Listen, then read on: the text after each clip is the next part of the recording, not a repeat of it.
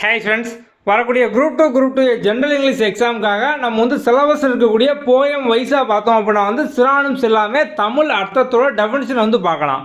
நம்ம ஆல்ரெடி பார்த்தோம் அப்படின்னா வந்து இருக்கக்கூடிய எல்லா போயம் ப்ரோஸ்க்கான எக்ஸ்ப்ளனேஷன் வந்து கொடுத்துருக்கோம். நீங்கள் வந்து ஃபுல் சிலபஸையும் ஈஸியாக முடிக்கிற மாதிரி 5 days ஸ்ட்ராட்டஜி பிளான் வந்து கொடுத்துருக்கோம். எல்லோரும் முதல்ல அந்த 5 days ஸ்ட்ராட்டஜி பிளானை வந்து முடிங்க. கீழே டிஸ்கிரிப்ஷனில் பார்த்தோம் அப்படின்னா அந்த 5 days ஸ்ட்ராட்டஜிக்கான லிங்க் வந்து இருக்கும். ஸோ நீங்கள் 5 நாளில் பார்த்தோம் அப்படின்னா சிலபஸில் இருக்கக்கூடிய போயம் ப்ரோஸ் எல்லாமே வந்து கம்ப்ளீட்டாக கவர் பண்ணிடலாம். ஸோ நீங்கள் வந்து அதை கவர் பண்ணிட்டீங்க அப்படின்னாலே சிலபஸ் வந்து சிம்பிளாக பார்த்தோம் அப்படின்னா வந்து முடிச்சிடலாம். ஓகே, நம்ம இன்றைக்கி முதல்ல பார்த்தோம் அப்படின்னா வந்து லைஃப் போயமில் இருக்கக்கூடிய சினானிம்ஸ், அதுக்கான தமிழ் அர்த்தம், அதுக்கான எக்ஸ்ப்ளனேஷன் எல்லாமே நம்ம வந்து பார்க்கலாம். எல்லாருமே பைபிள் எடுத்துக்கோங்க. நம்ம போஸ்டிங் வாங்குற வரைக்கும் நமக்கு புக் தான் பார்த்தோம் அப்படின்னா வந்து பைபிள், குரான், பகவத்கீதை எல்லாமே. ஓகே, ஸோ நம்ம புக்கில் இப்போ சினானிம்ஸ் பார்த்தோம் அப்படின்னா பேஜ் நம்பர் 133 வந்து இருக்கும். நம்ம வந்து சிலபஸ் வைஸாக பார்த்தோம் அப்படின்னா வந்து கம்ப்ளீட்டாக எல்லாமே வந்து கொடுத்துருப்போம். ஸோ போயம்கான சினானிம்ஸும் பார்த்தோம் அப்படின்னா வந்து நம்ம ஆர்டராக சிலபஸ் வைஸாக வந்து எல்லாமே வந்து கொடுத்துருப்போம். ஸோ இப்போ முதல்ல பார்த்தோம் அப்படின்னா லைஃப் போயம், அதுக்கப்புறம் ஐ எம் எவ்ரி உமன், இந்த மாதிரி வந்து ஒன்று ஒன்றா பார்த்தோம் அப்படின்னா வந்து கம்ப்ளீட்டாக வந்து இருக்கும். இப்போ நம்ம வந்து தமிழ் மீனிங்கோட டெஃபினிஷனோட வந்து பார்க்கலாம். ஓகே வாங்க. இந்த லைஃப் போயமோட ஆத்தர் யார்? Henry Van Dyke. நம்ம வந்து ஆல்ரெடி ஷார்ட்கட் பார்த்துருக்கோம். லைஃப்னு இருந்தது அப்படின்னா கடைசியில் டை, இறப்போட முடியும். அப்போ வாழ்க்கை டை. ஓகே, ஸோ இப்போ நெக்ஸ்ட்டு பார்த்தோம் அப்படின்னா வந்து சினானிம்ஸ் வந்து பார்க்கலாம். க்ரௌன். ஸோ வந்து க்ரௌனுக்கான அர்த்தம் பார்த்தோம் அப்படின்னா a prize or position offered for being the best. So இப்போ நம்ம வந்து க்ரௌன் அப்படிங்கிறது பார்த்தோம் அப்படின்னா வந்து ஒரு மகுடம், முடி சூடுறது அப்படிமோ. ஸோ வந்து க்ரௌன் அப்படின்னா முடி சூடுறது, மகுடம். ஸோ இதை வந்து போயமில் பார்த்தோம் அப்படின்னா நம்ம லைஃப்பில் கிடைக்கக்கூடிய ஒரு அச்சீவ்மெண்ட்டு, சக்ஸஸ், இதான் வந்து க்ரௌன் அப்படிங்காங்க. ஒரு ப்ரைஸ் மாதிரி, ஒரு அவார்டு மாதிரி. இப்போ வந்து ஒரு சின்ன பையன் இருக்கான், ஸ்கூலில் பார்த்தோம் அப்படின்னா ஒரு பேச்சு போட்டியில் ஃபஸ்ட் ப்ரைஸ் வந்துட்டான். அது வந்து அவனுக்கு கிடைக்கக்கூடிய ஒரு மகுடம், க்ரௌனு. ஸோ இப்போ நீங்கள் வந்து ஏதோ ஒரு ஸ்போர்ட்ஸ் வந்து பங்கேற்று அதில் வந்து ஒரு அவார்டு வாங்குறீங்க, அது உங்களுக்கு கிடைக்கக்கூடிய க்ரௌனு. ஸோ அப்போ க்ரௌன் அப்படிங்கிறது பார்த்தோம் அப்படின்னா நம்ம வந்து பொதுவாக மன்னருக்கு கிடைக்கக்கூடிய மகுடம், முடிசூட்டு விழா அப்படிம்போம். ஆனால் இது வந்து வாழ்க்கையில் ஒவ்வொருத்தருக்கும் ஒவ்வொரு அச்சீவ்மெண்ட்டில் கிடைக்கக்கூடியதான் அந்த க்ரௌன் அப்படிங்கிறது. அதான் a prize or position offered for being the best. நம்ம ஒரு விஷயத்தில் பெஸ்ட்டாக இருக்கிறதுக்காண்டியோ, இல்லை ஒரு பொசிஷனுக்காண்டியோ, ஒரு கம்பெனியில் நீங்கள் வந்து பெஸ்ட் எம்ப்ளாயியாக இருக்கீங்க, இல்லை உங்கள் ஆஃபீஸில் வந்து பெஸ்ட்டாக இருக்கீங்க, அப்போ உங்களுக்கு பார்த்தோம் அப்படின்னா வந்து ஒரு அவார்டு வந்து கொடுப்பாங்க. அந்த அவார்டு தான் உங்களுக்கான க்ரௌன். ஸோ இப்போ வந்து எக்ஸாமில் பார்த்தோம் அப்படின்னா நம்ம வந்து டேரெக்டாக வந்து கேட்க மாட்டாங்க.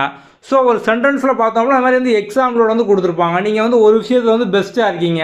ஸோ அப்போ வந்து இங்கே என்ன சினானிம்ஸ் வந்து இருக்குது, நீங்கள் வந்து உங்கள் ஸ்கூலில் பார்த்தோம் அப்படின்னா வந்து ஒரு டாப்பராக இருக்கீங்க, அப்போ வந்து இதை பேஸ் பண்ண என்ன சினானிம்ஸ் 4 ஆப்ஷனில் இருக்குது, இந்த மாதிரிலாம் வந்து கேட்பாங்க. அடுத்து பார்த்தோம் அப்படின்னா மார்னிங். ஸோ மார்னிங் அப்படிங்கிறது பார்த்தோம் அப்படின்னா வந்து ரொம்ப சோகமாக இருக்குது, இல்லை வந்து ரொம்ப வருத்தமாக இருக்குது, அதான் வந்து மார்னிங்.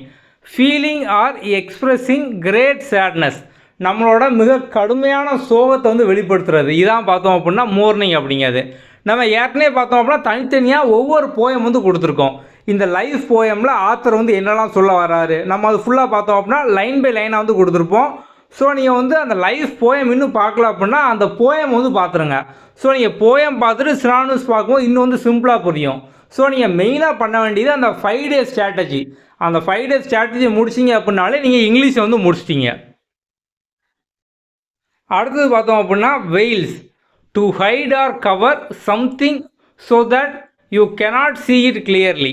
ஸோ வந்து வெயில்ஸ் அப்படிங்க என்னென்னு பார்த்தோம் அப்படின்னா சிம்பிளாக சொல்லணும் அப்படின்னா வந்து முக்காடு. இப்போ வந்து முகத்தை மறைக்கிறதுக்கு முக்காடு, முகத்திரை இதெல்லாம் வந்து போடுவாங்களா, நம்ம வந்து முகத்தை மறைக்கிறதுக்காண்டி, ஹைட் பண்ணதுக்காண்டி போடக்கூடியது, அதான் பார்த்தோம் அப்படின்னா அந்த வெயில்ஸ் அப்படிங்கிறது. ஸோ அதுமாதிரி இங்கே நம்ம வந்து லைஃப்பில் வந்து பண்ணக்கூடிய விஷயங்கள், நம்ம வந்து யாரோ ஒருத்தங்கிட்ட நம்மளோட இந்த முகத்தை காமிக்காமல் இன்னொரு முகத்தை வந்து காமிக்க விரும்புவோம். ஸோ இப்போ வந்து நம்ம பார்த்தோம் அப்படின்னா ஆக்சுவலாக ஒரு கோவக்கார ஆளாக வந்து இருப்போம். இனிமேல் நம்ம வந்து அப்படிலாம் இருக்கக்கூடாது. நீங்கள் வந்து புதுசாக ஒரு இடத்துக்கு போகிறீங்க, புதுசாக வந்து ஒரு ஆஃபீஸுக்கு போகிறீங்க, இல்லை புது ஃப்ரெண்ட்ஸ் கூட பழக போகிறீங்க, அங்கெல்லாம் பார்த்தோம் அப்படின்னா நீங்கள் வந்து அந்த முகத்தை காமிக்காமல் நீங்கள் வந்து கொஞ்சம் வந்து நல்லவன் மாதிரி, அமைதியானவன் மாதிரி, அந்த மாதிரி ஒரு புது முகத்தை வந்து காமிக்க வந்து ஆசைப்படுவீங்க. அப்போ நீங்கள் வந்து உங்களோட முகத்தை வந்து மறைக்கிங்க, அப்படி தானே? ஸோ இந்த மாதிரி நம்ம சிச்சுவேஷனுக்கு ஏற்றாப்புல வந்து எடுத்துக்கலாம். வெயில்ஸ் அப்படிங்கிறது பார்த்தோம் அப்படின்னா வந்து ஒரு முகத்திரை, ஒரு முக்காடு. To hide or cover something so that you cannot see it clearly. அடுத்து பார்த்தோம் அப்படின்னா வந்து quest. ஸோ இப்போ வந்து வாழ்க்கையில் ஒவ்வொருத்தருக்கும் பார்த்தோம் அப்படின்னா ஒரு தேடல் வந்து இருக்கும். இப்போ உங்ககிட்ட கேட்டோம் அப்படின்னா வந்து சீக்கிரமே வந்து போஸ்டிங் வாங்கணும், செவுத்தை பிடிச்சி ஃபோட்டோ பிடிக்கணும், இதான் பார்த்தோம் அப்படின்னா வந்து உங்களோட ஏமாக வந்து இருக்கும். ஸோ வந்து அதுக்கப்புறம் நீங்கள் வந்து வேலைக்கு சேர்ந்து கொஞ்சம் வருஷம் கழித்து பார்த்தோம் அப்படின்னா வந்து இன்னொரு தேடல் வரும். இதான் என் வாழ்க்கையோட அச்சீவ்மெண்ட்டு. அதுக்கப்புறம் இன்னொரு தேடல் வந்து வரும். ஸோ அப்போ வாழ்க்கையில் பார்த்தோம் அப்படின்னா ஒரு தேடல் வந்து பெய்கிட்டே வந்து இருக்கும். ஸோ அப்போ எல்லாருக்குமே லைஃப்பில் ஏதோ ஒரு விஷயத்தை நோக்கி தான் பார்த்தோம் அப்படின்னா பெய்கிட்டே இருப்பாங்க. அதை கண்டுபிடிக்கவே பார்த்தோம் அப்படின்னா வந்து ஒரு கஷ்டமான வந்து விஷயமா இருக்கும். ஸோ அப்போ வந்து வாழ்க்கை தேடல் அப்படிங்கிறது பார்த்தோம் அப்படின்னா எல்லாருக்குமே வந்து கொஞ்சம் ஒரு டிஃபிகல்ட்டான விஷயமா வந்து இருக்கும்.